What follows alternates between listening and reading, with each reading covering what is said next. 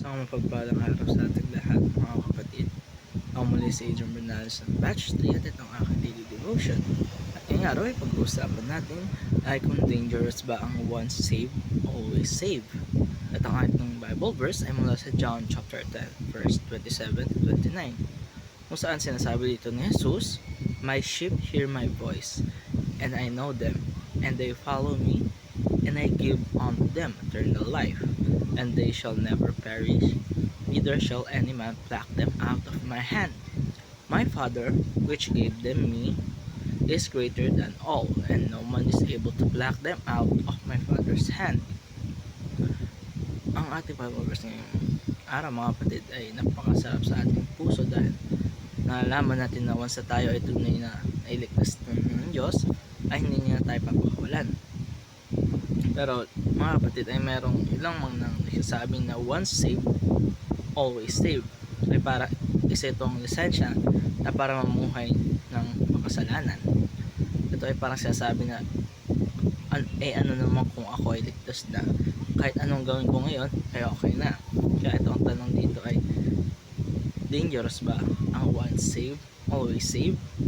Sa unang tingin, mga kapatid, pwede natin isipin na tama. Pero kung intindihin natin ng tama ang doktrina of perseverance of the saints, nakita natin ito ay hindi isang lisensya para magkasala. Ito ay isang paalala ng biyaya at kapangyarihan ng Diyos na nagpapanatili sa kanyang mga anak. God is the keeper of our salvation. Hindi tayo ang nagliligtas sa ating sarili, hindi dahil mabait tayo o nagsisimba tayo tuwing linggo o dahil mabait tayo sa ating kapwa.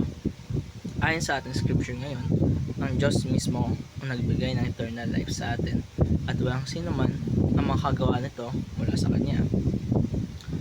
Kahit tayo paminsan nang bumitaw sa Diyos mismo, Siya ay hindi bibitaw sa atin. Siya ang nagbabantay sa ating kaligtasan, hindi tayo. God's love and grace secure us forever. Kahit tayo nagkakamali minsan, tayo ay lumalabig sa pananampalataya natin sa Panginoon, pero ang tunay na ligtas ay babalik at babalik sa Diyos dahil sa grasya niya.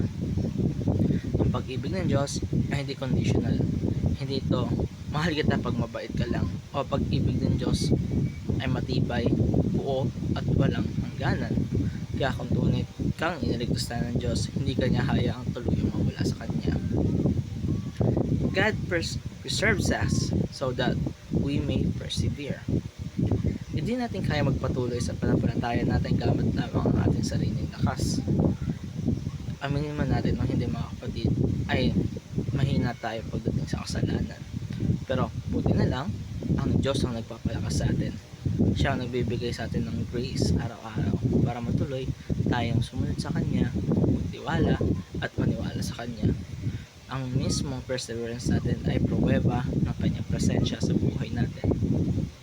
At paano naman natin tumapay sa ating buhay, mga kapatid? Unang-una, persevere in faith as you are being preserved.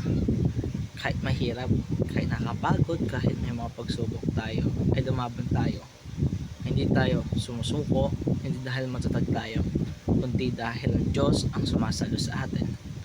Kaya magpatuloy tayo sa ating pananampalataya, basahin natin ang salita niya, manalangin tayo, lumapit tayo sa Kanya, kasi habang ginagawa natin nun, ay pinapakita mong tunay tayo sa Kanya at nararamdaman natin ang pagmamahal at presensya natin, Panginoon.